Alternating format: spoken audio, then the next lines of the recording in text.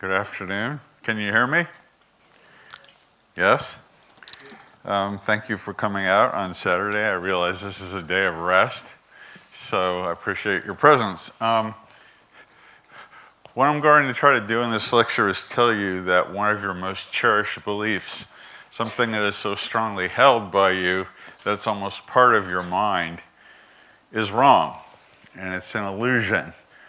And at the end of this lecture, I hope that I'll have at least helped you question that illusion, if not dispel it completely. Now, maybe you're thinking that I'm talking about God, but no, I'm talking about an illusion that's held by everybody in the world, not just religious people. And that illusion is that you have free will. And I'll define what free will is.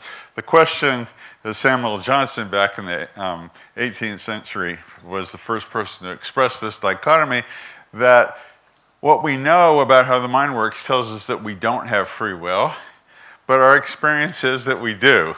So, in other words, we have an illusion in our mind about how it works, and I'm going to talk a little bit today about why that is an illusion and what we're supposed to do about it when we realize that it is. So this is the outline of the lecture that I'm going to give. First of all, what do I mean when I say free will? I have to define it. Second of all, I'll give you evidence that the belief in this kind of free will is actually ubiquitous throughout the world. Third, we don't have that kind of free will, and I'll adduce empirical evidence that it is an illusion and that it's wrong. I'll talk about, and that determinism is the rule. In other words, I'm trying to convince you that you are robots that are ruled by the laws of physics and that you cannot make real choices in the sense that I'll define in a minute, and that we're ruled by the determinism of the laws of physics. And then I'll talk about some misconceptions about determinism. People don't think very clearly about it sometimes. And then I'll talk about the way that people who can accept determinism, philosophers, nevertheless say that, well, we still have a kind of free will. It's called compatibilism. And I'll tell you what forms that takes, and I'll say that it's bogus. I'll try to convince you that this way to try to unite free will and determinism is a useless endeavor. It's basically a semantic endeavor. And finally, I'll try to end on a positive note, showing you that why, when we reject free will, it actually can have positive consequences, not just for society, but for you as a person in your everyday life. Okay, so let's start at the beginning. What do I mean by free will? I wasn't even interested in this topic until I read a paper in PNAS by Anthony Cashmore, who's a biochemist at Penn in the United States, and he wrote a paper in PNAS about free will, and the first line was something like, you don't have any more free will than a bowl of sugar does. And that took me aback, and then I read the article and I became convinced that he was in fact correct, that we don't have free will, and this is what he means by free will that we don't have. It's defined as the belief that there is something to our behavior that is more than the unavoidable, ineluctable consequences of the genetic and environmental history of the individual and the possible stochastic laws of nature. In other words, free will is the belief that we can behave in ways that are not determined by the laws of physics that govern the material processes of our body. An alternative definition, and this is the way most people think of it, is if we could replay the tape of life and go back to any moment in our lives with every electron and particle in the universe in exactly the same position at that moment, we could have decided differently. That's how most people conceive of free will. That at any moment when we're at the ice cream store and trying to choose flavors, that we could have chosen this one or that one. And in fact, that's not true, as I'll try to convince you. There's only one thing you could have done, and that one thing is determined by the laws of physics. We could have decided differently, and that decision was up to you. It is possible that if quantum mechanics, which is fundamentally indeterministic, ruled our behavior, then we might have behaved differently in the same situation. But that doesn't give us any free will. It doesn't give us any agency. It gives the agency to the laws of physics. Okay, so the sort of philosophical and biological study of free will is divided into several segments. First of all, there's the dualists. These are people who believe that behavior is independent of the laws of physics. That the mind is basically independent to some extent of the brain, and then we can overrule the laws of physics in our brain and make different choices at any given point. And these people are called dualists because in one part, you have a physical part of the brain that obeys the laws of physics and helps us breathe and our heart beats, but then there's another part which actually makes decisions, and it's separate from, somehow physically separate from the rest of the brain.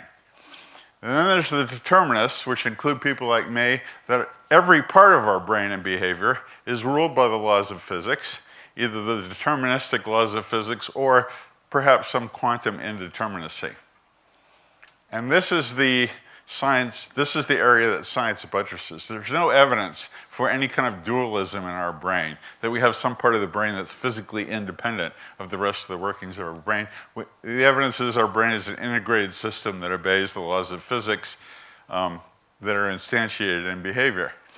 Now, once you're a determinist, and I think that you have to be a determinist if you have a scientific attitude about behavior, there's two stances you can take. You can be an incompatibilist, which is what I am, which says that if this is true, if our bodies and brains are governed by the laws of physics, then we don't have free will, okay? That free will and physics, or the laws of physics, are incompatible. But then there are people, misguided people, called compatibilists, who think, well, yes, our behaviors are indeed determined and we can predict them in advance if we had perfect knowledge, but nevertheless, we still have a kind of free will. It's an attempt to save our self-image by making up a new form of free will, and I'll talk to you about some of the problems with this later. That's where I am, and that's the point of view that I hope to convince you for the rest of this talk. Okay, first of all, I'm not going to bash religion very much in this talk, but it is important to talk about religion when you talk about free will, because free will, in the sense that I talked about, that you can do otherwise free will, is an essential component of many religions, and certainly of all the Abrahamic religions, Islam, Judaism, and Christianity, in several senses. First of all, you have to be able to have a free choice about how you believe. If you're a Christian, for example, you have to choose whether you accept Jesus as your Savior or not. In America, we're constantly besieged by people knocking on our doors, asking us this question. And your fate in the afterlife is determined by whether you make the right decision or not. This presumes that you have the ability to freely decide what to believe for a given religion. Second of all, at least in Christianity, and also some other religions, free will is an essential part of explaining why evil exists. When you ask yourself, well, in a world that's ruled by a benevolent God, why do people kill each other and hurt each other? That doesn't seem to comport with the nature of God. And the answer to that theologians give is, well, God gave us free will. And that's his gift to us, and we can do what we want with this free will. We can behave good or badly. If we behave well, we get rewarded. If we behave badly, we burn in hell. And that's the explanation for why there's evil in the world. It's an unfortunate byproduct of free will. So that's another argument that's frequently made by theologians. And finally, free choice is imputed to certain sins, like homosexuality, which is a sin in many religions. And if it's a sin, it means that you could have chosen not to do it. So the element of free will is essential in the concepts of sin and evil in religion. And the belief that homosexuality is a sin, well, I'll just give you some data. This is just for Islam. This is a Pew survey from 2013, and these are, I think, something like 35 Muslim-majority countries, and in each country, the Pew surveyed whether or not homosexuality was a moral behavior or not. And the light green are the percentage of people that say it's immoral, the dark green, no. And you can see that usually somewhere between 80 and 90% of the Muslim inhabitants of these countries say, yes, homosexuality is a sin. Well, this is also largely true in the United States, although not as pervasive as in Islam. If you say it's a sin or it's immoral, that implies that you could have chosen not to be a homosexual. In other words, this kind of moral judgment presupposes that we have the ability to choose how we behave. And in the case of homosexuality, we have the ability to choose which sex we're attracted to or which sex we copulate with. Okay, so that's the definition of free will. Now, how pervasive is it? A lot of philosophers will say nobody believes in this kind of free will you're talking about. But the fact is that we all do to some extent. At least we all feel like we do that. When we go to a restaurant, we look at a menu, we have the idea that we can choose whatever we want, even though that choice is probably determined well before you actually go to the restaurant. So here's an experiment in which they decided to survey the several populations to decide whether or not they agreed with free will. And this is the question they asked them. It's the study of sarcicity and all. Imagine a universe, universe A, in which everything that happens is completely caused by what happened before it, a completely deterministic universe. This is true from the very beginning of the universe. So what happened right at the Big Bang causes what happens next, and so on right up to the present. So once the Big Bang happens, then everything else is predetermined. If you're a physicist, you'll know that there's some quantum mechanical exceptions to this that make things, that if quantum mechanics truly is a non-deterministic phenomenon, that things are not 100% determined at the Big Bang. But in terms of our choices, the question is whether our choices are affected by quantum mechanics or not. And even if they are, that's not part of our own conscious will. That's just some random accident in the neurons in our brain. And most neurologists don't think that quantum mechanics plays a role in choice anyway. So anyway, this is the universe that you're asked to imagine. And the example is that John goes to have French fries at lunch. I guess here it would be whether you have chapatis or rice. And like everything else, this decision was completely caused to what happened before it. So that if everything in the universe was replicated right up to the moment John was at lunch trying to decide what to eat, he would always decide to have the French fries because that decision was determined by his brain, which obeys the laws of physics. The laws of physics are deterministic, and therefore when John made his so-called choice, he had no choice. It was the molecules in his brain that actually made the choice for him, okay?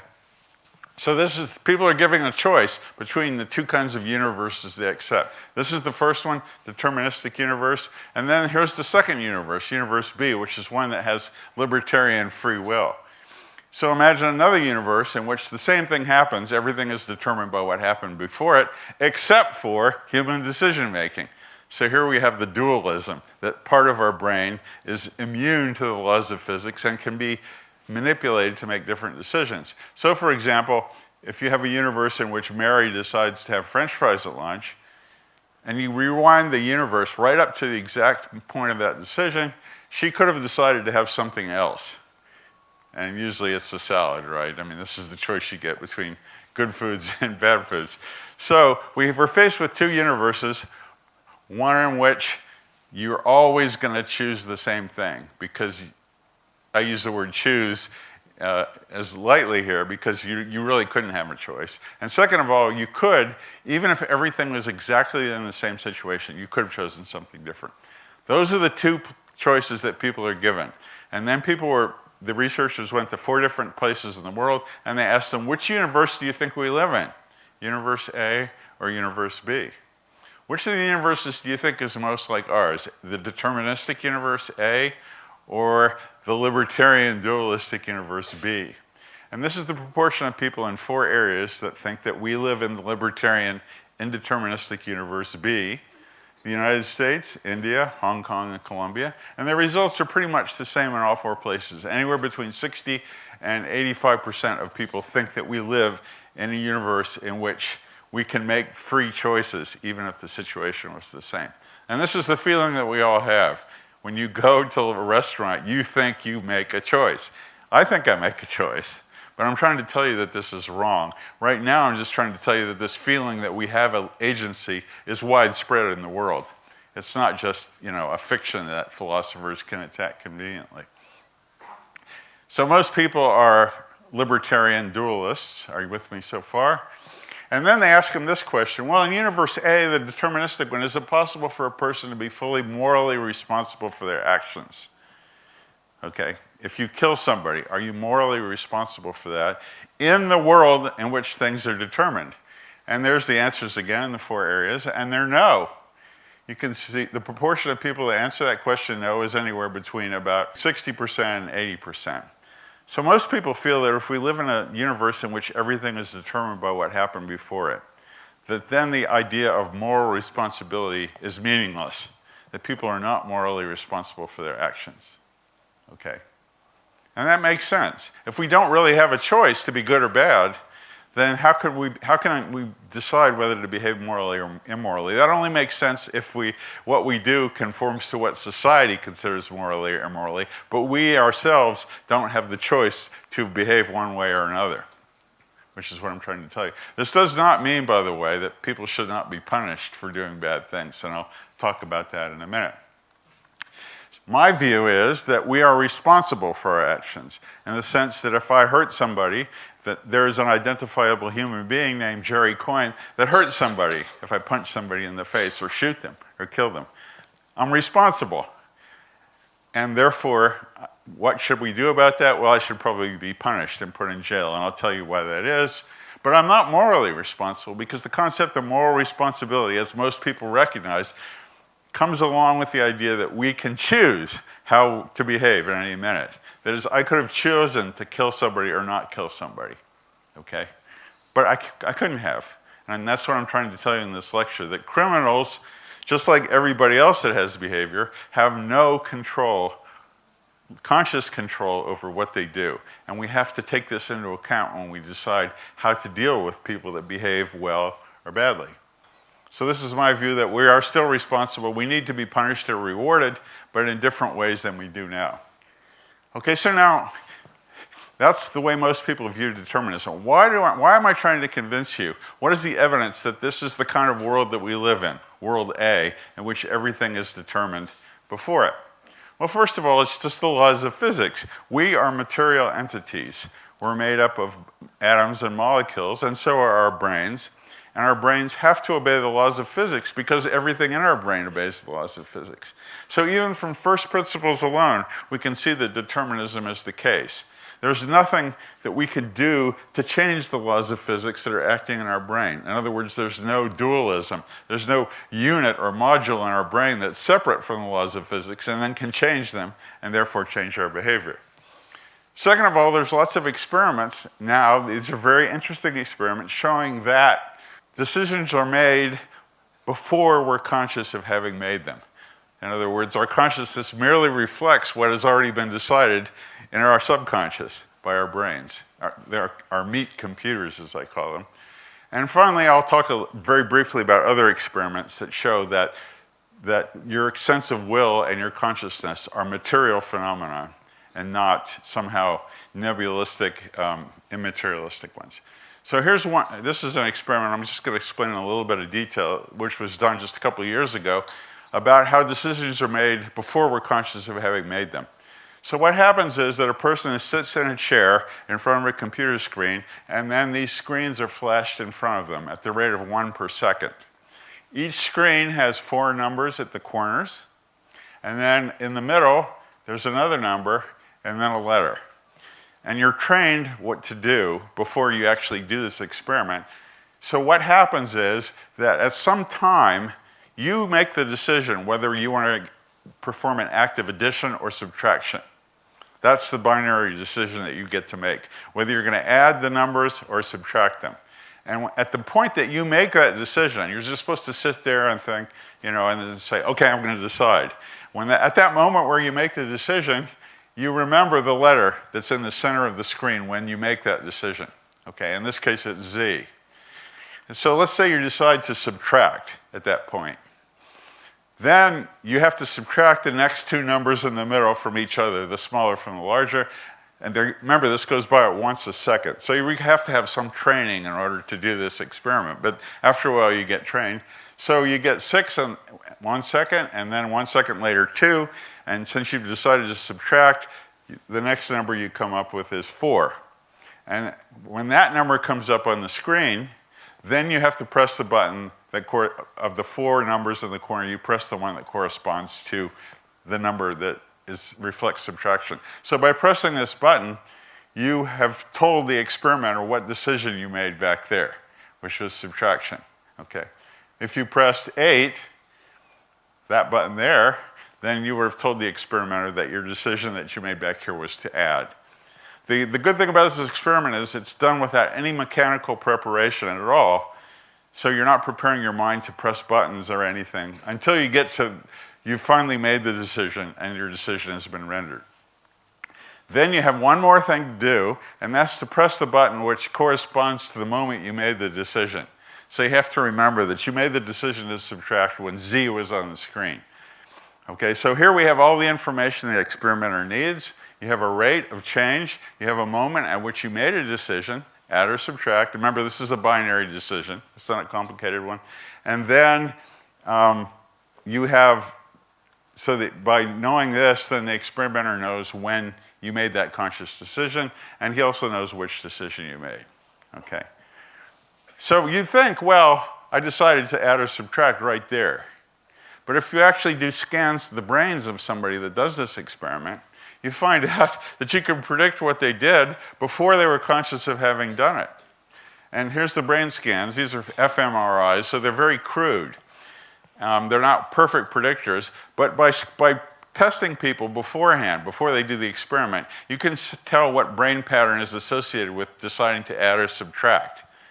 And then you see what brain pattern arises in their consciousness, in their subconscious before they do the act. So here's a scan of time. Time 0 is when they say they've made the decision to add or subtract, and there's the seconds before and after that. If you scan the brain beforehand, you can predict with 60% accuracy whether they're going to add or subtract up to 4 seconds before they're conscious of having made that decision. And you can do this in both the posterior cingulate and the medial frontopolar, and other parts of the brain like the angular gyrus, you can post-dict. That is, you can tell what decision they made by the pattern of their brain activity. So what this says is that the decision to add or subtract, you can predict what it is 4 seconds before the person themselves has claimed that I made that decision. In other words, the consciousness post-dates the decision. So do you understand? This has been done many times since, and we can now predict with substantial accuracy up to 10 seconds before somebody is conscious of having made a decision. What this means is you did not make that decision, at least consciously, that it was made in your brain and then reflected on your consciousness later. So the experiments that do this show the same thing over and over and over again, that your unconscious is driving what you do, and then your consciousness just tells you afterwards that you thought you made a decision, but it was already made, okay? 6 seconds, and it can go up longer.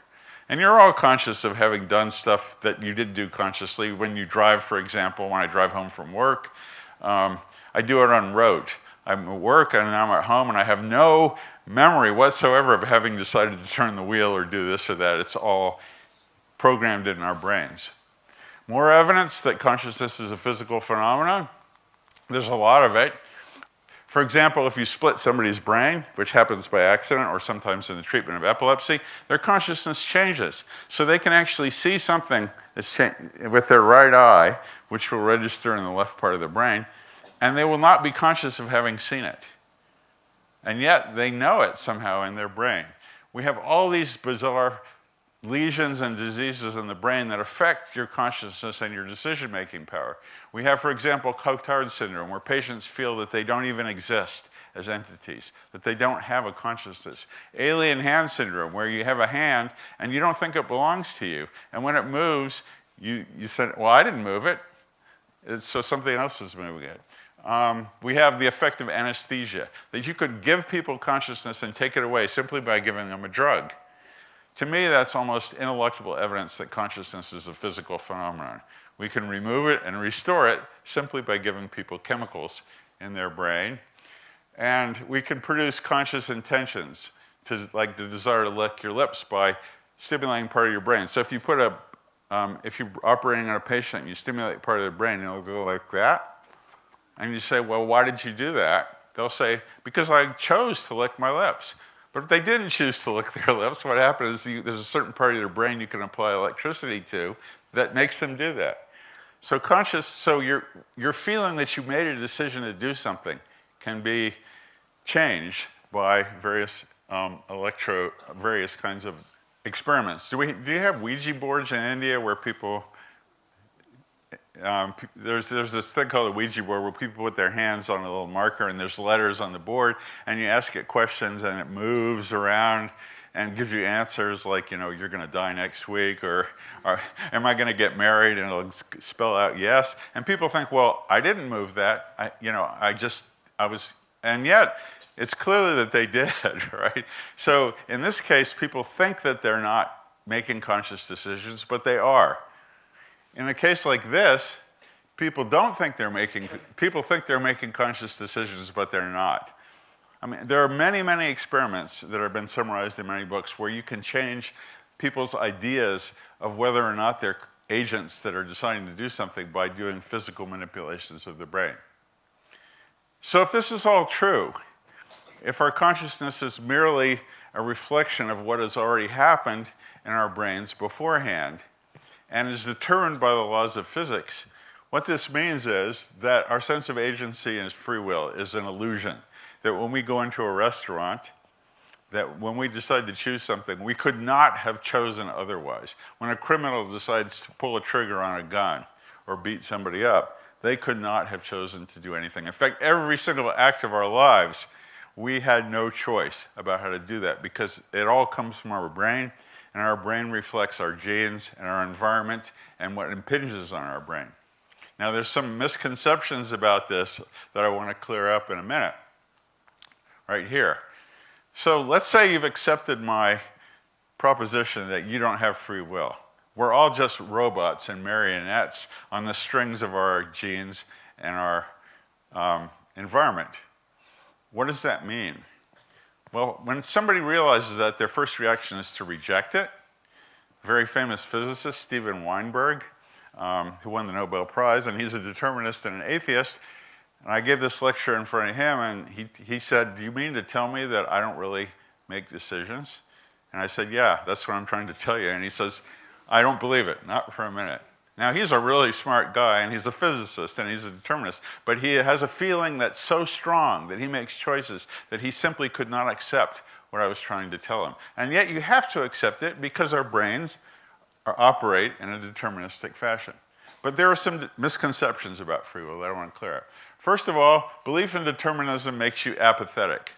This is a very common reason why people reject determinism. I mean, here's E.O. Wilson, the famous biologist, who says, "Without belief in free will, the mind imprisoned by fatalism would slow and deteriorate," right? Why get out of bed in the morning if everything you do is already been determined? Well, we don't feel that's true. That's one reason we get out of bed in the morning. But we also get out of bed in the morning because we're evolved organisms that have evolved to wake up. But this is not true, because people that are hidebound, strict determinists like myself, I don't believe in free will, and yet I don't think my mind is slowing and deteriorating, except with age. I don't lay in bed in the morning and say, "Oh God, why should I get out of bed because I'm a determinist?"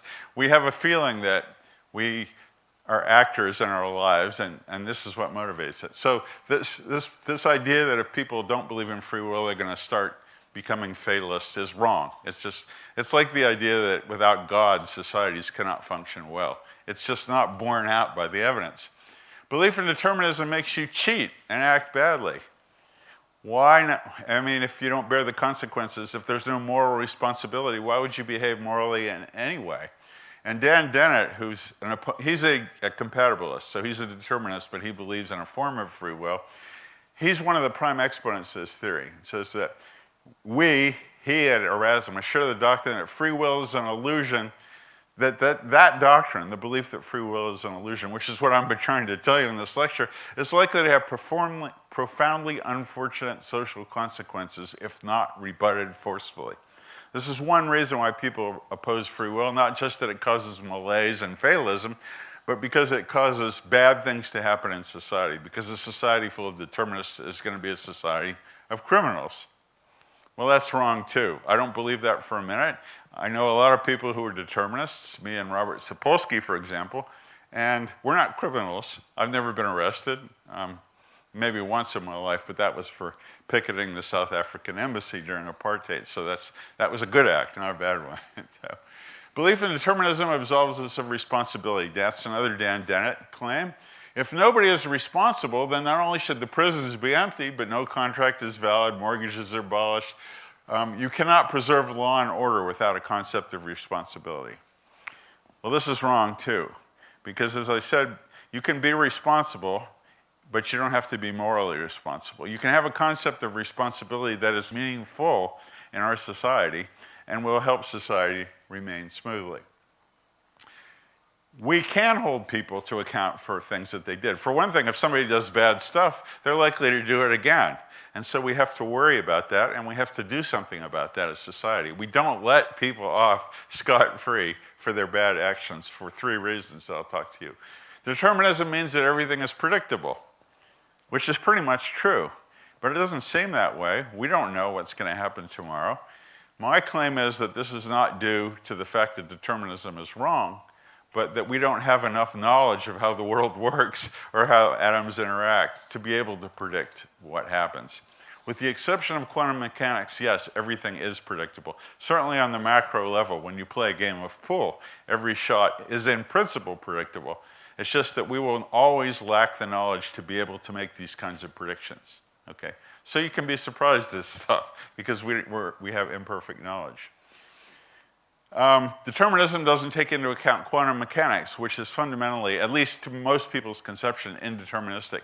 So if our choices are based on quantum mechanical phenomena in the brain, then maybe we could have chosen otherwise. Maybe some electron in one of your neurons underwent some quantum tunneling and led us to choose the salad instead of the French fries.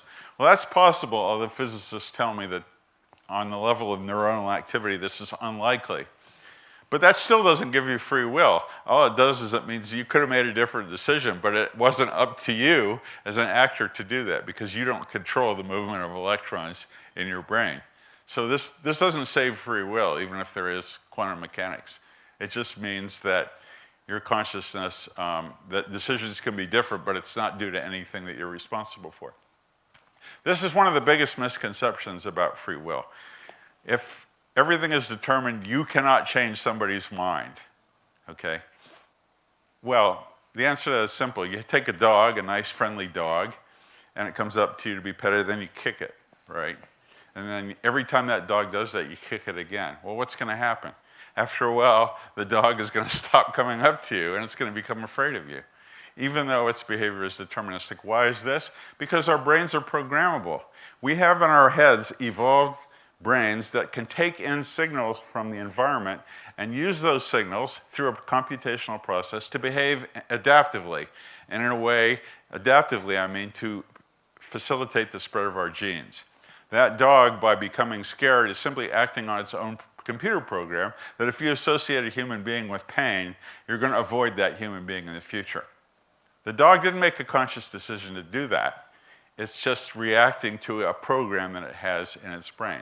And in exactly the same way, we can change anybody else's mind. So I'm up here trying to change your minds, and I'm frequently asked, well, if I'm really a determinist, why do I bother giving lectures like this? Because you're already determined to believe what you want to believe anyway. And my answer is, I can change your minds.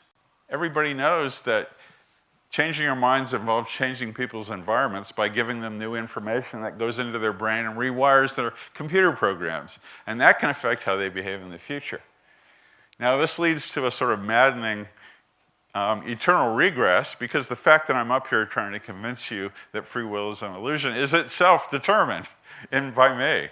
So though I might be able to change your minds, what I'm telling you has been determined by my own environment and by my own genes and other people talking to me, and that article I read in PNAS.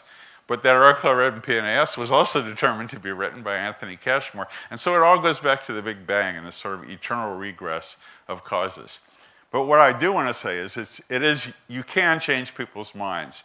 And it's useful to do that. And if you believe that it's adaptive for them to do something, then you can tell them, for example, if you want to accomplish X, do this. And they might do that. So, that is completely compatible with determinism.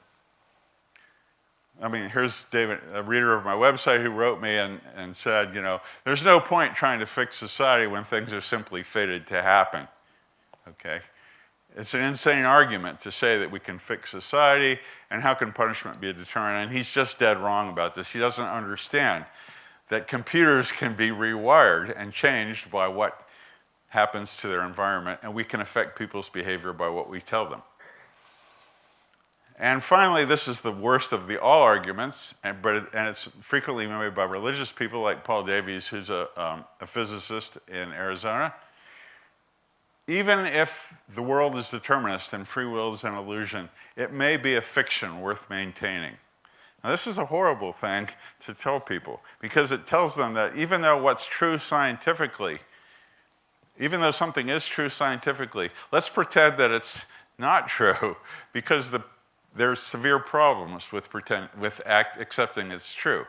This is the same thing that people say about evolution, by the way, that we have to pretend that evolution didn't happen, because if everybody believed in evolution, they'd start acting like animals, and we'd have rape and pillage and all kinds of horrible things. So it's a fiction worth maintaining. This is Dan Dennett's view as well, that if we tell people that they don't have free will, society's going to go to pieces. Okay. So, to maintain the fiction, a whole school of philosophy has arisen called compatibilism that tries to say that yes, things are determined, that we have no free choice, but nevertheless we have a form of free will anyway. Because you want to be able to tell people, yes, you have free will, because if you don't tell them that, then they start becoming criminals, or they can't get out of bed in the morning. Now, how does this work? I mean, what form of free will can you have that's compatible with the purely deterministic laws of physics?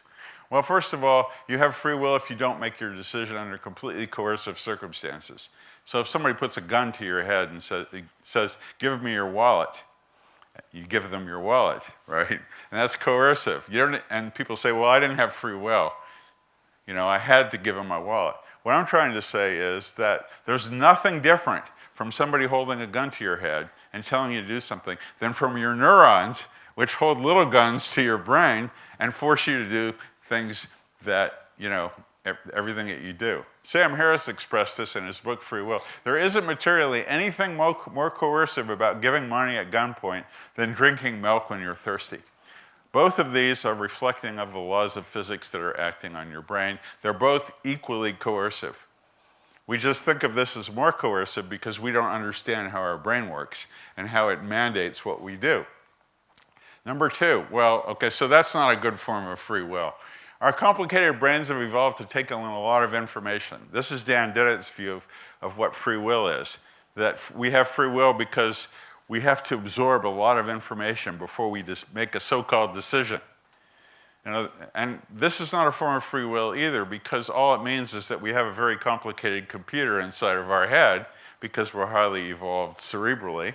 And if complicated decisions that are based on lots of information are indications of free will, then this computer, Deep Blue, which is a chess-playing computer, has free will, because it has to take in a lot of information about the moves of a chess player. And this computer can defeat the world's grandmasters now. Does this thing have free will?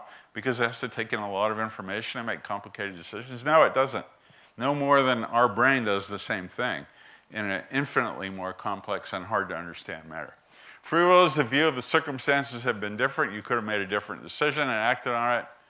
I agree with that. But that's not what we're talking about. We're talking about identical circumstances and making different decisions. And free will represents the decisions that people make when they are not mentally ill. It's what well-behaved people do, cognizant of punishment and reward decide to do. This isn't free will in the sense that most people accept it either, because whether or not you know or accept the idea of punishment or reward, or accept society's standards of what's right or wrong, that itself is determined by your environment and your genes. So whether or not you behave, according to society's dictates or not, is not something you can choose to do. So this violates the notion of yourself as an agent or not. You don't have any choice about whether you're mentally ill or not, okay? So what I'm trying to say is the distinction between compatibilism and incompatibilism is a purely semantic one. If you want to call the programming of our brains free will, fine, but this violates what people really think of as free will, the idea that at any one moment they could have chosen differently. You remember the early slide showing that most people think that we live in a world which there's forms of behavioral that are not determined by the laws of physics. Moreover, those definitions of incompatibilism, free will, that I just gave you, are incompatible with each other. Every philosopher has a different way of defining free will, but their commonality is that we all have it, because the underlying proposition is if we don't think we have free will, then the world falls apart. Okay. This is Sam Harris saying what the real problem with compatibilism is. It ignores the very source of our belief in free will, the feeling that we have conscious agency and make a decision. We feel that we are the authors of our thoughts. We feel that we are the authors of our decisions and our actions, and this is the only reason why there is even a problem of free will worth talking about. So all these incompatibilist definitions, the compatibilist definitions, violate this notion that people have and this very deep feeling we have that we are the authors of our actions. And again, I'm trying to tell you that that feeling is wrong. You may feel that you decide what to do and that you can make a different decision, but that is wrong, okay? And he says that compatibilism amounts to nothing more than assertion of the creed. A puppet is free as long as he loves his strings. We have our strings, we just have to accept that. Okay, so why do people promote compatibilism so vigorously? I've already told you, we don't want people disabling themselves with bad science. I think this is a very serious issue. The view that prevents people from accepting determinism is simply that it will be bad for society if we accept this scientific truth. It reminds me of what happened when Darwinism came around in 1859, and the wife of the Bishop of Worcester was told about Darwin's theory of evolution, that we were and that it was implicit that we were descended from the apes. And the bishop's wife said, "My dear, descended from the apes, let us hope that this is not true. But if it is true, let us pray that it not become generally known." Okay, and this is the view that philosophers like Dan Dennett have about free will. They actually believe that our behaviors are determined, but they don't want everybody to know it, because they think that if we do know it, that there are very horrible social consequences that ensue. I'm not going to go over this very long. Compatibilism is very similar to the way that sophisticated theologians, in particular Christianity, like Heidegger or Kierkegaard or others, act. There's a lot of similarities. They redefine the notion of free will. Compatibilists will call free will something different from what most people believe. They both think that if you don't believe in their concept, that society will be wrecked. On one hand, God, on the other hand, free will. Both sets, human society is special. Many philosophers think that only humans have free will. And many theologians think that only humans are the special objects of God's attention. Both theologians and philosophers think that either God or free will is necessary to sustain society as a viable proposition. I won't go through these. Both of them criticize science. This is one reason why I don't like this form of compatibilistic philosophy, because it is implicitly anti-science. It rejects what we know to be scientific truth, which is determinism, because we don't like the consequences of that acceptance. And so you see that advocates of compatibilist free will are always saying stuff like science gives us the wrong answer. They're always doing down science, in the same way that theologians would do down evolution or do down atheism. Okay. Now, I will claim that there are advantages to accepting what I've told you, both personal and societal. First of all, what I've told you is true. There is no credible argument you can give me that our brains are somehow exempt from the laws of physics. There's no evidence that there is some part of the brain and no physical law which could say that simply by thinking about something in a non-materialistic way, we can affect the way our brains work, which is the proposition that enables free will. So it's true. And it's always good to accept what's scientifically true and then deal with it. It's better to accept the truth than pretend that it's not true, because then we can proceed to improve society on the basis of what's true. It gets rid of this libertarian free will of religion. I've talked to a lot of students, and it's implicit in my talk so far that I don't think religion is a really good thing for the world to have. And if you get rid of the idea of free will, it gets rid of a lot of the bad parts of religion. For example, that you're going to go to hell if you make the wrong choice. You don't have a choice to make. It's already determined, probably when you're born, whether you're going to accept Jesus or not as your Savior. There's no free will defense for the existence of evil. We have to accept evils as simply an inevitable result of the physical universe and the workings of natural selection. And lo and behold, we are suddenly liberated from having to demonize whole classes of human beings for having made the wrong choice. The more we learn about science, the more we learn that homosexuality is not something that people choose to do or be. If you ask a gay person, they will say, I knew from when I was very young that I was attracted to people of my own sex. But for the longest time, those people have been killed or demonized, and ISIS is still throwing them off of roofs because they were supposed to have made the wrong choice. Well, if you realize they didn't make a choice, then you don't punish them that way anymore. And finally, and this is the most important thing I have to say, determinism has various serious implications for our criminal justice system and for our notions of moral responsibility, politics, and personal behavior. And that's what I really want to finish by talking about. But first, the personal advantages of determinism. If you realize that you could not have behaved other than the way you did, it's liberating in some ways. And I realized this when I was thinking about an old romance I had with a really nice girlfriend. I said, why didn't I do something different? Why did I lose this really nice girlfriend? And then all of a sudden I was a determinist and I realized I couldn't have done anything else. And that eliminates you having to constantly kick yourself for having behaved in the wrong way because you had no choice about what you did. So you free yourself from recriminations and regrets that you would have if you thought that you could have behaved otherwise. So you don't beat yourself up. It reduces your egotism. If you think that you're smart because you did something that made you smart, well, you didn't. Whether you were going to be smart or dumb or a criminal or not, that was determined completely by your genes and your environment. You had no choice in that.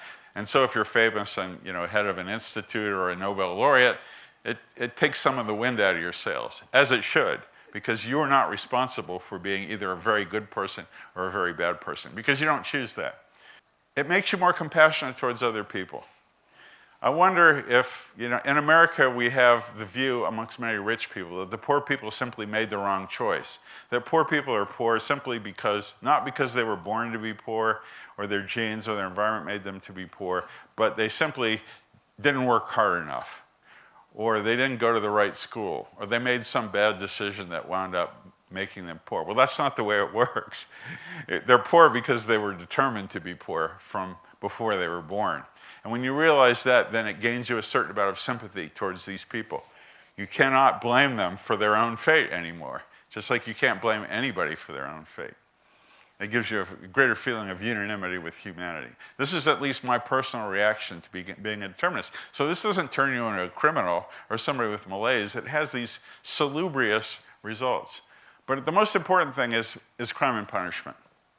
Now, the law, at least in the United States, and I'm sure in India, without knowing anything about the Indian legal system, I'm sure that criminals have mitigating factors that will get them off punishment if you can show that those factors help determine their behavior. For example, if somebody is insane and they commit a criminal act, in America you will be called not guilty by reason of insanity, because it is thought that you could not choose whether you committed a criminal act or not. Okay, John Hinckley, who tried to assassinate Ronald Reagan, was not guilty by reason of insanity. He was put in a mental hospital for many years and was just released. So there's lots of mitigating factors that the law already recognizes, that if there were things that made you behave the way you did, and there's various forms of these things, childhood abuse, there's what's called the Twinkie defense, which is very famous. The guy that assassinated the mayor of San Francisco, he said, well, I'm not guilty because I ate a lot of Twinkies. You don't know what Twinkies are probably, but it's an American junk food. It's worse than a gulab jamun in terms of sugar. If you eat too much sugar, the guy said, well, it just made me go crazy and I killed somebody.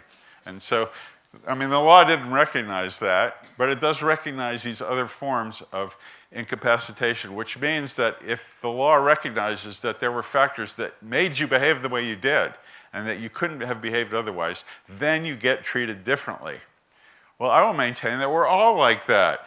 Some of us more obviously than others, but any criminal is exactly like a criminal that's insane, because their brain is controlling what they do, whether or not they're recognized as mentally ill. And if the belief that actually we can choose whether or not to be criminals leads to things like the death penalty. I guess India still has the death penalty, is that correct? The death penalty is by and large predicated on the notion that you should die because you made the wrong choice, right? I mean, in general, that it is. But if you couldn't make the wrong choice, you shouldn't have been killed. We still have it in America. Enlightened countries don't have the death penalty, so in this respect, both America and India are enlightened. This is Cecil Clayton. This is a scan of his brain. He killed somebody in Missouri. He was mentally retarded. You can see he's missing this frontal lobe of his brain because he worked in a sawmill and had an accident. It eliminated that. It caused him to behave erratically, to be paranoid, to have rages, and he killed somebody. What did the judge do? Well, normally you would say, well, he had no choice in that. His brain made him do it, just like every other criminal. But he was executed. Why was he executed? Because he was able to say, yes, I did something wrong. And that's all it takes in America for you to be killed. Because when you say, I knew I did something wrong, that's equivalent to Americans to saying, I could have behaved otherwise. But there's a difference between knowing you did something that violates the norms of society and being able to have chosen otherwise, okay? So this guy, unfortunately, was executed for, there are people that are so retarded that when they're given their last meal, they save their dessert for later because they think they're coming back. I mean, that's how mentally incapacitated they are, and yet they're killed. Why are they killed? As a form of retribution. So there's 3 reasons why we should punish people for, even in a world of determinism, we should still hold people as responsible for their actions and we should punish them for 3 reasons. First of all, for sequestration. If somebody does something bad, they're liable to do it again. And so we need to put them away until we're assured that they are reformed. So that's one reason. And there are some people who can never be reformed because they're habitual criminals. Second of all, for rehabilitation. If somebody can be rehabilitated, like a child molester, which are very hard to rehabilitate, or anybody else, we should put them away in an institution where they will get the kind of help they need so they can be released into society. I mean, if you can fix somebody, like if you can fix a car that's broken, then why not put it back on the street again if it's no longer a danger to society? And the same thing with people. And finally, punishment for deterrence. We want people to know that if you do something wrong, that you're going to go to jail. And the way to do that is to put people in jail who do something wrong, because then you see that that happens. So these are the 3 valid reasons for punishing people, even in a world of deterrence, because they help reform people and they help society in general. You cannot punish them because they made the wrong choice, because I've tried to convince you that people do not make the wrong choice because they cannot make any choice at all. So these are the 3 reasons we should do this. But the way we should imprison people and the way we would treat them if they're convicted of a crime is completely different. My view is, for example, that you would determine someone's guilt or innocence by a judge or jury. But the treatment for that person should be determined by scientists and psychologists and sociologists, not by a court. And this also leads to just world belief. You don't hold people accountable for their station in life. Okay. How do we fix the system of punishment? Well, I think we should do what Norway does. Do you know Anders Breivik? You've probably heard of him. He is a sort of neo-Nazi. And in Norway, he went to a children's camp with a rifle and he killed like 60 people. And he was unrepentant. Here he is in court giving the Nazi salute. In America, he would have been executed. In India, he would have been executed. What do they do in Norway? They put him in jail and they gave him the maximum sentence, which was 20 years. That's the most that you can be sentenced in Norway. And then after 20 years, you're evaluated by a team of psychologists that determine whether or not you're a danger to society. If you still are, you give it another 5 years, and every 5 years you're evaluated. There's no sense in putting somebody in prison forever if it's possible to rehabilitate them. What would be the sense of that? There's the kind of cell he has. He has a nice computer. He cooks his own meals. He has a DVD player. He has a treadmill he can work out on. You know, he's been deprived of his freedom, but he hasn't been severely punished for having made a bad decision. Now, you think, well, what's the effect of this? The recidivism rate in Norway, where this is the way that people are punished, and this, by the way, is also true in Sweden and Denmark, which are the enlightened countries. is 20%. If a criminal commits a crime, the chances that that person will be arrested again is only 1 in 5. And the incarceration rate, the percentage of the population that's in jail, is 0.075%. Compare this to the United States, which has a less enlightened penal system, believes in a free will sense that a criminal had a choice about whether they did the act, and by God, we punish people pretty severely. I'll show you how in a minute. The recidivism rate is almost 4 times higher. If you go to American prison and you're released, the chance that you will be arrested again is nearly 80%. And the chance that the proportion of the population is incarcerated is 0.7%, which is almost 1 out of 100 people, okay? So it seems like this kind of punishment system, which is enlightened, is actually working. It causes less criminality, or it's associated with less criminality, and the rate at which criminals come back to prison is much lower. And this is also true for Sweden and Denmark. So you cannot make the argument that coddling a criminal like this, putting them in a cell and giving them rehabilitation and giving them a decent bed and a DVD player and a computer is going to make them, it's not a deterrent. It's going to make people more likely to be criminals because the statistics doesn't show that. I believe that all penal systems should be run the way the Norwegian penal system is, but they're not. This is a prison cell in India. I just took it off of Wikipedia. Has anybody been in prison here? I think this is pretty accurate from what has been described to me. And that's a pretty horrible place to be. Same thing in the United States. It looks a little better, but this is the SHU. This is maximum security prison. There's no light. You have a bed and a little toilet. You're allowed some books, but you don't have DVD player. You can't cook or anything. And people go insane in this kind of prison. They kill themselves because it makes them mentally ill to be sequestered like this. This kind of punishment is not, in my view, warranted under the view that a criminal has no choice. This kind of punishment is punitive. It's retributive. It presumes that prisoners made the wrong choice, and by God, we got to put them in bad circumstances to punish them for what they did. Okay, so to wind up, what are the modest proposals I would make based on determinism? First of all, we replace the notion of free will with this statement: my decision was caused by internal forces that I do not understand. Instead of saying I made a choice, you just say, well, I made a decision, or I appeared to make a decision, but I didn't really decide to do that. It's caused by forces I don't understand. Maybe someday we will understand them. Get rid of the notion of moral responsibility and just replace it with the notion of responsibility.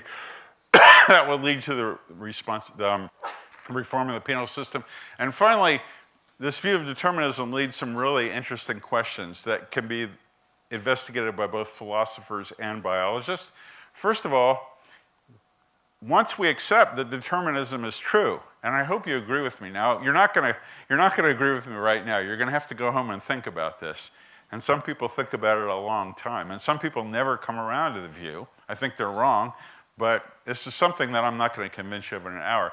But what are the effects of that if we accept it on the system of punishment and rewards? How should we change society? And we should change society in view of the fact that people do not make decisions. This is a study which includes both ethics and empirical work on jurisprudence. Does moral responsibility mean anything more than responsibility? What does the idea of morality really mean? Well, that's a philosophical question, but it has to be rethought of in terms of the fact that people cannot choose to do good things or bad things. How far ahead can we predict decisions before they're made consciously? We can do it up to 10 seconds now for simple binary decisions, but this is with a very crude form of brain scanning, because fMRI, if you know how it works, is very crude. It just measures oxygen flow to certain regions of the brain. Suppose we could actually put wires in all our neurons. Maybe we could predict what somebody would do a year in advance. We don't know, but that's something that science's responsibility. And what are the genetic and environmental factors that affect our choices, and how do they impinge upon our brain? And we all know people's personalities and how they got developed by their environmental circumstances. Somebody becomes a certain way and acts a certain way because they've experienced different environments over their life. We all know people like this, okay? And this is the last thing I want to talk about. There's the very first slide, I said Samuel Johnson, that all experience tells us that we have free will, and all theory, and by that he meant science, tells us that we don't. Then why do we feel that we have free will? I mean, if the scientific fact is that we cannot decide what to do, Why do we wake up every morning thinking, well, what should I have for breakfast? Cornflakes or Utapams or whatever. Why do we have a feeling of agency? Well, one possibility is it's just an accident of the way our brains are formed. It's an epiphenomenon. But there's also evolutionary explanations, and I don't know which ones of these are right. For example, natural selection might make you feel like you are making choices because it helps us live in societies with other people. If we think that somebody else, for example, made a choice to do something good or bad, then we might be more inclined to punish them or reward them, which might make our little group of people behave more harmoniously. So it could be an adaptive result of natural selection. I don't know.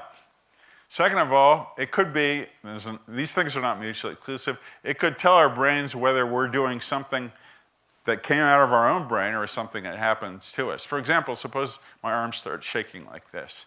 Well, I'd want to know, is this something that registered in my consciousness, or has some animal got a hold of my arm and is shaking it like that? And it's important to know, to distinguish between what you do that arises from your brain, and that could be through the conscious idea that you're actually deciding to do something, or whether somebody else is doing something to you. Because what's adaptive to behave is different in those two situations. And finally, perhaps you try harder to achieve things if you think you have agency. If we really do think that we're making choices and we're rewarded for making those choices by being told that we're really good people and we worked hard, or we'll be punished if we don't make them, then maybe evolution has fostered this feeling of conscious agency because societies, it's not really group selection, but those individuals that have this feeling might strive harder because of the rewards that come from it. And I'll finish with this quote from Albert Einstein, because he's the smartest guy in the world, and everybody knows that anything Einstein ever said has to be true. Well, it turned out that Albert Einstein did not believe in free will either, and he made this famous quote, "If the moon," which is an object that does not have consciousness, in the act of completing its eternal rotation around the Earth, were given self-consciousness, it would be fully convinced that it was going around the Earth of its own accord. So would a being endowed with higher insight and more perfect intelligence, and by that he means human beings, watching man in his doings, well, a Martian, for example, smile about man's illusion that he was acting according to his own free will. Einstein, being a physicist, did not believe this occurred. Thank you.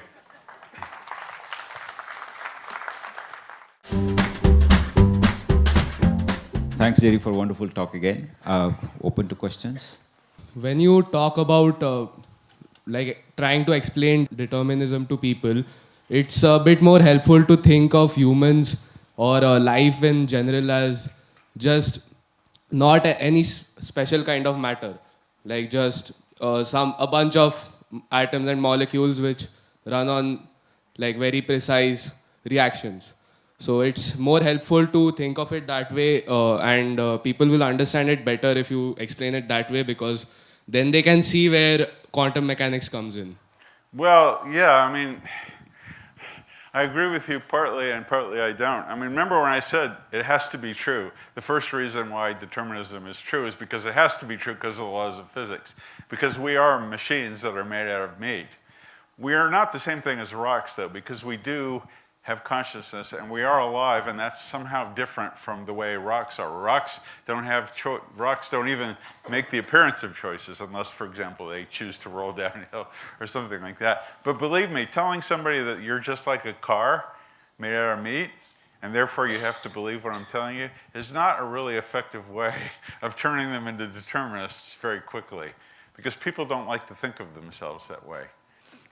That's the reason why I think that giving a lecture like this is only a stimulus for people to think about things. And then the real deciding will be done later. That is a presentation skill. Different presenter may have different, depending also on the audience, right? Hello, sir. If you want to design an experiment in which we have to show that the free will doesn't exist, for particularly in case of human being, we can't isolate two people for checking their reaction against particular action. Then we can't isolate two people and giving them same set of circumstances. So how can a study can be designed to prove that free will doesn't actually exist. So what you're saying is we can't do the controlled experiment of putting two people in identical circumstances and seeing if they behave the same way. Is that? Yeah, well, you're right. But I would claim that the evidence for determinism doesn't require that. That in fact, the point that he just made and the first point I made, which is that our brains are subject to the laws of physics, is enough. It should be enough to convince the scientifically minded person that we cannot freely decide to do A or B. So we don't really have to do the controlled experiment because the law, as far as we know, the laws of physics hold in this universe. They are deterministic. Even quantum mechanics is deterministic in some ways, and therefore our behaviors are deterministic, and we don't have to do the experiment. But then I described a number of experiments that support that notion, including the fact that we can predict what people are going to do before they make the decision consciously, which implies that what's happening in the computer here is below our level of consciousness, and that's what's doing the decision for us. So somehow in your talk you didn't mention the concept of complexity, but seems that somehow the illusion of free will that we all have has something to do with the fact that it's not the basic laws of physics like quantum mechanics, but the laws of extremely complex systems, such as namely living organisms, which are so complex as to challenge the scientific idea of whether they can be determined, say, in the age of the universe. So the idea of, can we read actually all your molecules and atoms using can we scan everything that you are made up of in order to determine your state at this instant? Are we sure this can be done in less than the age of the universe? And if not, is it a scientifically meaningful question to say that in principle such a state is determined?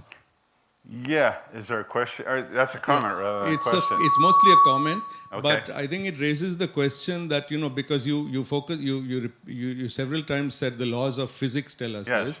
And I think there's a growing consensus within physics that the laws of physics are not just the laws of electrons and quarks. There are also different laws which are chaotic, complex, not so well known actually today, but which set limits on what one can know.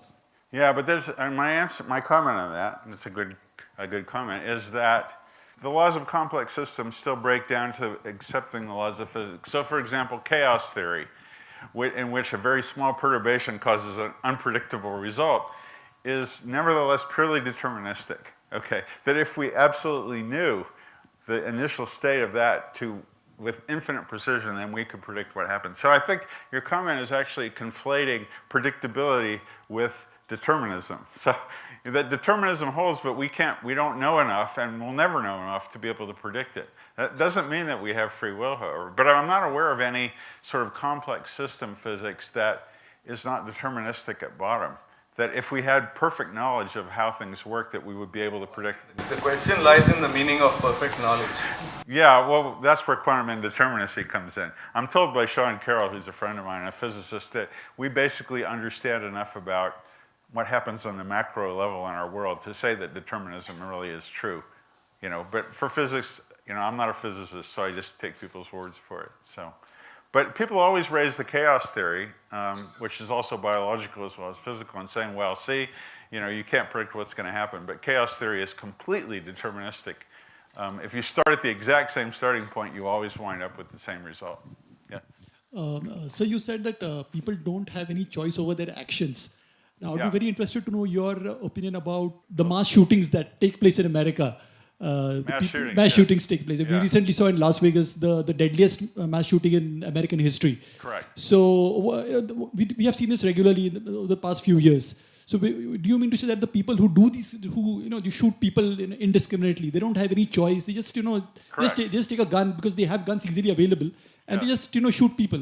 How would you look at these people? I look at them as I look at Anders Breivik, because that's exactly what that Norwegian guy did. He was a white supremacist. He took an automatic weapon. He went to a children's camp. What a horrible thing he did. He went to a children's camp and just walked around this island and shot kids. He was a mass murderer. What do you do? I mean, it's horrible. It violates our notion of any sort of decency It seems moral, it seems evil. But I would maintain that, first of all, he had no choice about what he did, based on the principles that I elucidated.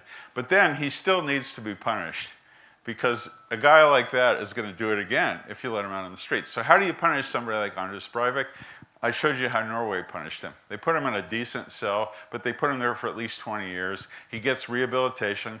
Every 5 years, he's evaluated. And at the end of 21 years, if he's deemed safe, he's let out. Now, that violates a lot of, I mean, some people say, well, why shouldn't he be killed, or why shouldn't he be put in prison forever?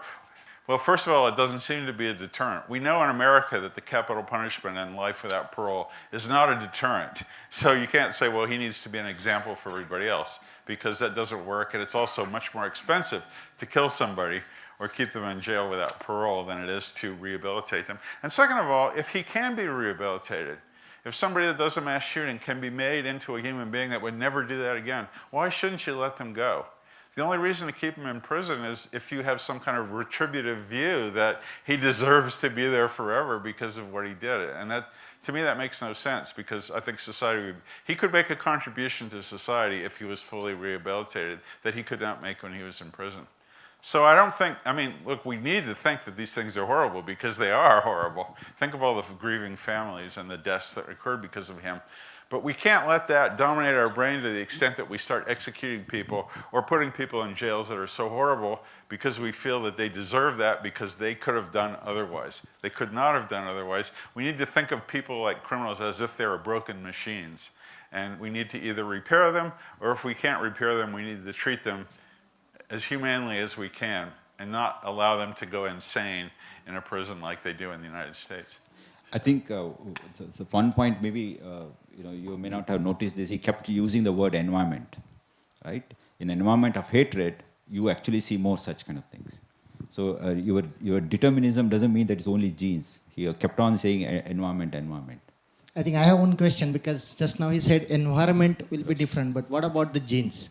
I mean, the philosophy of Hinduism, it's something, like what you did in the last life that comes in the reincarnation. Mm-hmm. So what's about your thoughts about it? I mean, it's a philosophical metaphysics question. Yeah, well, I reject that philosophy. I mean, I don't think there's any evidence for reincarnation whatsoever. It's just been made up. If there is any evidence for reincarnation, I'd be glad to hear it. So, but if it's just the genes, and besides, I mean, how can you, suppose I was a rat in my last life, and I was a really good rat, so I get to come back as a human being, and I do something bad, I still have no choice. I mean, in that case, but since I don't believe in that, I would just say you don't choose which genes you get either. It's it's deterministic on the level of meiosis and assorted mating and who you mate with and stuff. But since you don't choose your genes and you don't choose your environment, then you're not responsible for the way you turn out. As for reincarnation, I'll let you fight it out with people that don't believe in reincarnation. Yeah. So in the context of changing someone's mind or Yes. deterring someone from committing an act or even rehabilitating someone, Yes. the example that you gave of the dog that gets kicked repeatedly and therefore decides not to approach the person. Yes. So when you talk about predicting someone's actions, in this small example, which would have larger implications, could it be predicted that the person would kick the dog and therefore the dog would stop responding? Or at some point, does the prediction also change as the dog's brain gets reprogrammed? I didn't quite understand that. Well, the whole thing is deterministic. I mean, in the sense that if you had complete knowledge of a person's propensity, whether or not the kind of person that was going to kick a dog, and that's determined by their genes and their environment, then you could predict they would kick the dog, and then you could predict from the dog what the dog would do. So it drives you nuts to try to think about this, because it goes way back before me, how this works or not. But so the very fact that the brain would get reprogrammed from how it was earlier, even that could be predicted? It's you're determined. saying? Yeah, I mean, I think what I'm saying is that everything is determined. But it's also true that you can change people, that the environments that people encounter can change their minds, and we can do this at the lab. Now we're determined to do this, but we could take a dog and put it in the lab and have somebody pet it, and it's going to turn out to be a nice dog. And we can be determined to put another dog or put the same dog in another room and they get kicked, and we can test out what the result is. And we will know from that, and we know from many, many pieces of evidence in science, that what environment impinges upon you affects your behavior. Now, that doesn't mean that those environments are not determined.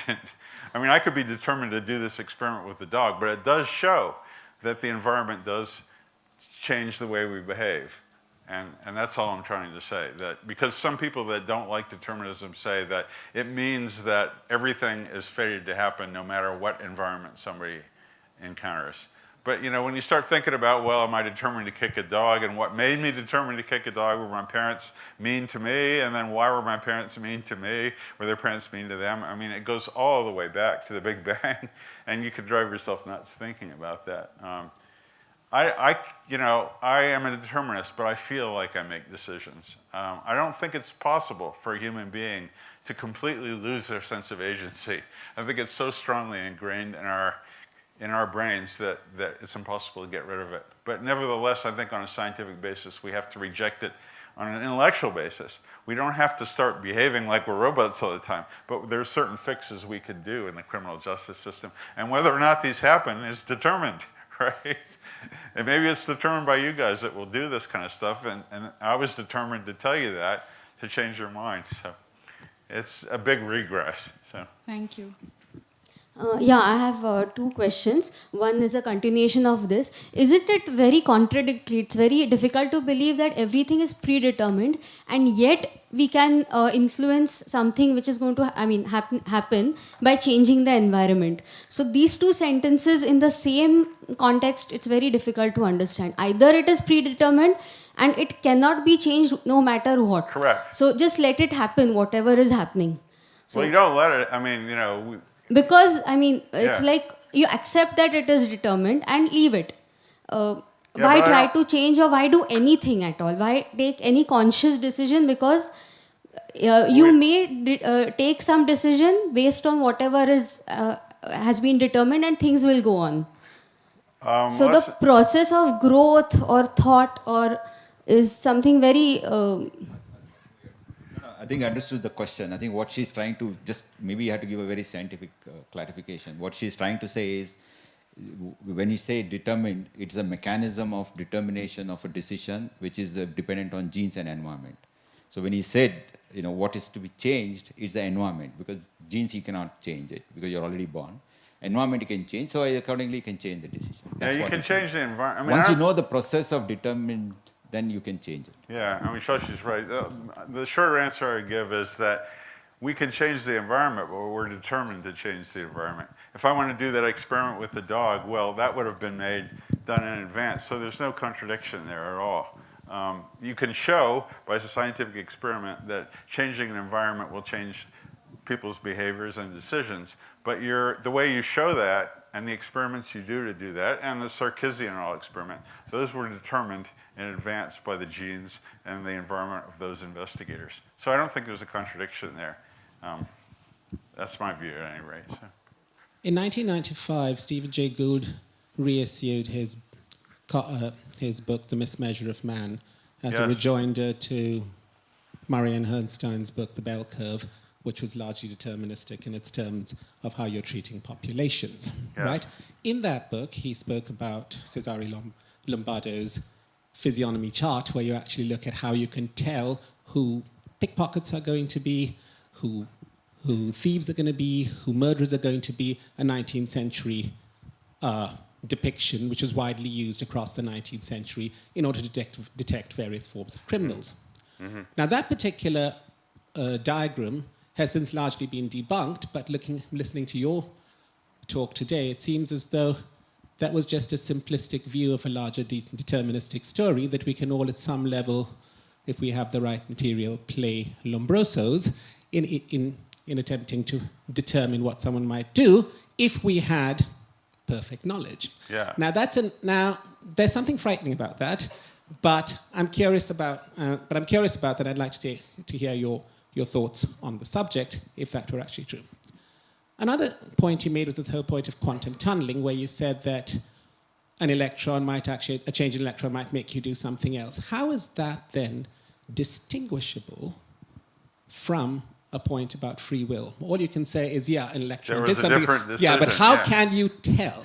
And that is something which I would like to... Well, first of all, let me answer the second question. We can probably talk about the first one privately, but first of all, you can do calculations on whether or not quantum mechanical phenomenon could apply in human decision making.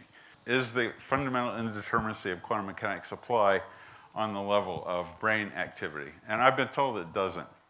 So that's one way to approach the question. The other one is, well, yeah, if there's a brain, if an electron leaps, then you could have done otherwise. And but mentioning Gould, by the way, he's dead wrong on the contingency and the tape of life. Under my view, the tape of life would give identical results except for quantum indeterminacy, which might apply in mutation, for example.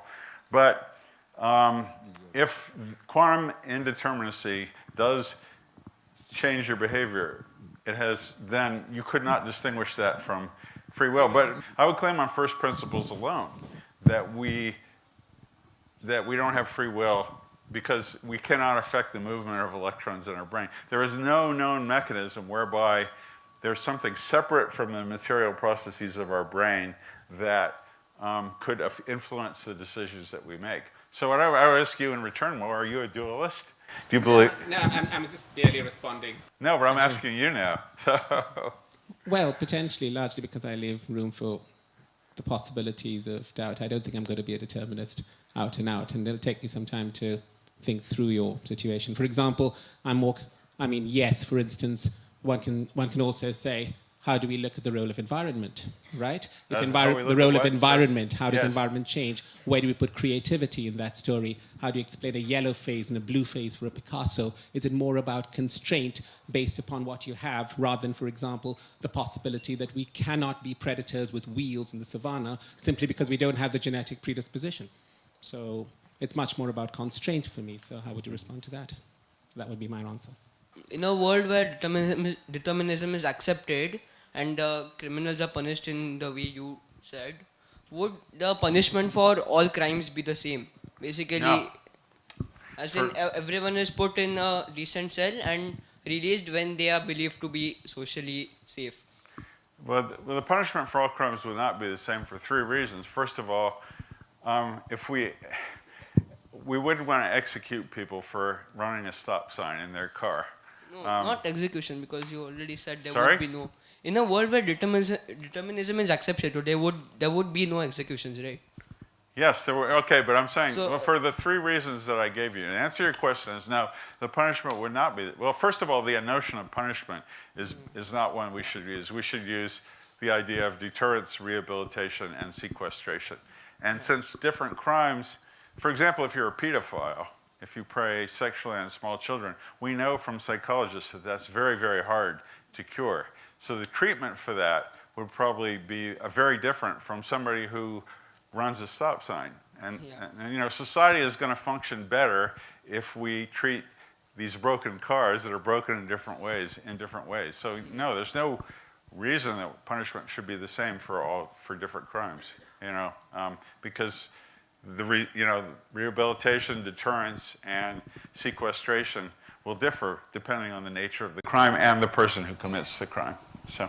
So you explained the experiment where you have flashed different screens and where subjects were asked to make a decision. So my question is this: if different people have make the decision, so you see this fMRI peak at different points of time. Maybe they have decided what to choose in the next frame. That has been made 4 seconds ago. That is the time of the decision when you see the peak. And you are saying no. I mean, it's already there, and that is a precursor of like you are not making the decision. The decision is already made, but it might be there before the frames come. Some people have already decided that okay, now next frame I'm coming, I'm going to subtract the thing because it's high frame rate, like 1 second or something like that. So my question is that whether two different person will have two different peaks at two different times. I mean, there might have some different. Yeah, but remember what the experiment was. We asked people at the moment where they made a decision to record that time. Now what you're telling me is they actually made that decision when they weren't conscious of it. Is that right? They made the decision 4 seconds in advance, but it didn't reach their consciousness until 4 seconds later. But that's exactly what I'm saying. That the decision is made not through your conscious thought, but somewhere pre-consciousness. And that's all it takes, you know. I mean, this is exactly what you'd predict if determinism No, I were- agree on that, that it will be still deterministic. Yes. Yeah. Yeah, I know. So I'm not sure what your question is. Okay, probably I got the answer. Oh, okay. So. Oh, okay. I mean, but that's a common criticism of these experiments, that actually the decision was made beforehand and the person wasn't conscious of it. But then that just supports but that's more than that. It's the fact that it's predictable, you know, from your brain patterns alone, that you can tell what somebody's going to do, which is nobody would have thought that. And now that we have this data, people are doing everything they can to try to dismiss it, which shows you how deeply ingrained in our psyche the idea that we can really choose is, you know. And I feel it too. I feel like I'm going to get a drink of water right now. But that was probably decided a couple of hours ago before I did that. Yeah. You said that the quantum level indeterminism may not matter in human decision making, which is fine.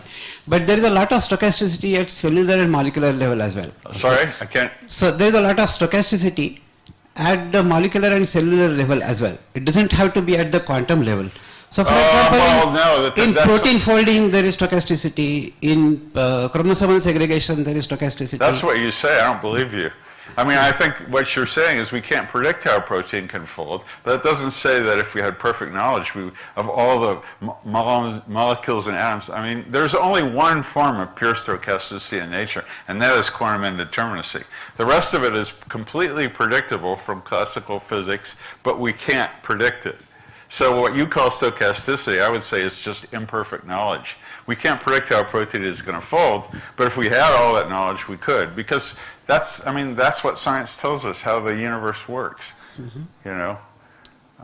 Okay. So that would be my answer. Yeah, I mean, that's why Steve Gould was wrong when he said that if we ran the tape of life, stochasticity would ensure that we'd have a different outcome.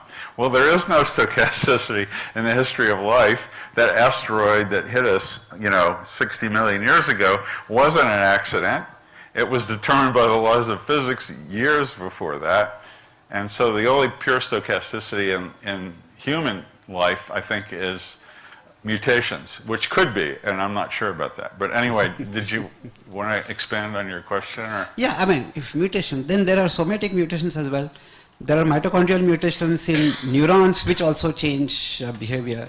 Yes, but the question is, are those predictable? I mean, are those deterministic or not? Not that they're predictable. We call mutations random phenomena, but that could just reflect our lack of understanding, that perhaps if we knew what was happening in a stretch of DNA and all the molecules around it and the perfect knowledge and the temperature and stuff like that, that we would be able to predict that there would be a mutation there. So I think it's wrong to call mutations stochastic phenomena. I think we need to be very careful when we use the word stochastic because it misleads people about things. It confuses predictability with determinism, I think. So. Yeah. The other question, which is not completely new, someone asked something similar there. I'm extending that question, that unless we have something comparable to Turing test with which we can test or have some kind of demonstrability of free will, the debate looks more semantic. It looks what? More semantic. Yeah, it is. Well, not about free will. The debate about compatibilism versus incompatibilism is a semantic one. Yeah, but even at other levels, unless we have something similar to Turing test, it looks more a semantic debate. Well, I mean, I think my first point was that it was not semantic in the sense, excuse me, this is why I need water, right? Because I was determined to cough. You don't have to get me water. It's not semantic in the sense that if you are a true scientist and you accept the laws of physics, and most physicists accept the laws of physics, and that there are no exceptions we know of, then our brain has to operate according to the laws of physics, and therefore what we do is determined. We cannot have chosen otherwise given the same molecular configuration, and I don't think that's a semantic issue. That's a real issue of scientific truth, or not. Can I yeah. I also think that there is a lot of confusion about this is when you use the word I and we. Who is that I and we? That I and we is born 7 seconds after you have done something. Yes. That so-called conscious self itself, for each event or each action, the conscious self is few seconds later. Yes. So that, I think that is clarified. I guess much of confusion is over. Yeah. So Because sorry. you keep saying that I didn't take a decision. Yeah, I didn't do this. I Who is understand. that I? Yeah, That I itself is not born until that the action is Yeah, over. I understand what you're saying. And yes, he's right. Using the word I is also confusing because there's a whole philosophical and scientific literature about the fact that You exist what outside does of I mean? Well, I will say I is this entity standing before you, this individual member of Homo sapiens that's identified as Jerry Coyne, but there is no I in the brain that you can identify as a person, as a personality or a characteristic. So, I'll be a little bit more careful about that in the future. Yeah. Is it possible for us to know which living organisms have the sense of agency? And if that is possible, which were the first organisms to have that sense? I can't answer the second part of your question. The first part of the question is done. There's an experiment called the mirror test that you may know of, where you take an animal and you want to see if it knows that it recognizes itself as an individual. And so what you do is you put a dot on its head or some marker on its forehead and you put it in front of a mirror. And then if that animal looks in the mirror and sees that and goes for its own head as opposed to what's in the mirror, then that's thought. I mean, I can't prove this because we cannot get into the consciousness of an animal, but that's thought to reflect the fact that an animal that does this, that passes the mirror test, has some sense of itself as a conscious individual. That's me, and that's not another elephant in the mirror. And the animals that can do that are primates, elephants, some animals like cats, for example, well, you can't train them very well. But in terms of what is the so-called most primitive animal that can pass that test, I don't really know. But that data is surely going to be in some textbook somewhere. But again, this is only an approximation to getting inside the consciousness of another individual, and we don't know. I mean, And another question, people that do say that we have free will, like a lot of religious people do, if you ask them, okay, well, does your dog have free will? Does your cat have free will? Does an ape have free will? And they get very, very confused when you ask them that question. And many of them will just say, no, you do, because it's something that's given to you by God. But that means that an ape cannot choose whether it eats a banana or an apple or anything like that. Other animals are determined, but we're not. And that's an even more problematic scientific hypothesis, because after all, we're descended from each other. So, yeah. Just a sec. Yeah. Could we determine how the... Well, you're in charge, so you okay. My question is that as you showed that there is a difference of outcome in the Scandinavian model of criminal system and the US model or the Yes. Indian system. Yes. So if we change the environment, we can move towards a better society. I'm looking towards the environmental end because, as we have frequently written about, that consequence is the only way, the deterrent, the meaningful way as a deterrent to stop something or to change behavior. But the other thing is, take example of Holocaust museums. One who goes there, I have been there, a person changes. That theme of never again. So as you said, that your lecture can change us. Yeah. In that way, I think that moving towards a better society is very important. I'm also a determinist like you. Yes. But with this new context, that message should also go. Yeah, I thought it was implicit in what I said, but maybe not, because what I talked about was changing the prison system and not the society as a whole. And, the reason I did that is because it's a lot easier to change the judicial system than it is to change society as a whole. But ultimately, of course, you want to create a society in which in the U.S., for example, we want to get rid of guns. I mean, we have a horrible gun laws where anybody can get an assault weapon if they want. I could do it myself if I wanted. So we obviously, by changing that, that will change, the incidence of criminal behavior. And it's a choice we make. So, but that's a much harder thing to do than simply change the prison system. Or stopping executions. I mean, that's an easy thing to do. All the Supreme Court of India or the United States has to do is say, okay, capital punishment is cruel and unusual. We don't do it anymore. I mean, that alone, because, in the United States, many, many innocent people are executed. That's another reason why we shouldn't kill people, besides it's retributive, is that once you kill somebody, and then they can never bring them back again. So I think, there can be quick fixes in the judicial system that will be enormously useful. But ultimately, yes, we have to change society in a way that, is consistent with determinism, but also consistent with our liberal principles. Hello, sir. Yes. So, given the fact that all the atoms are identical, let's say a hydrogen atom from one person is identical to an hydrogen atom from another person. Well, they're not, but go ahead. Yeah, so I'll ask the question, like, let's say a situation where I have identical biological twins and I raise them in the same environment, and given a test, is there a higher probability that both of them will decide the same? You're talking about atoms or genes or...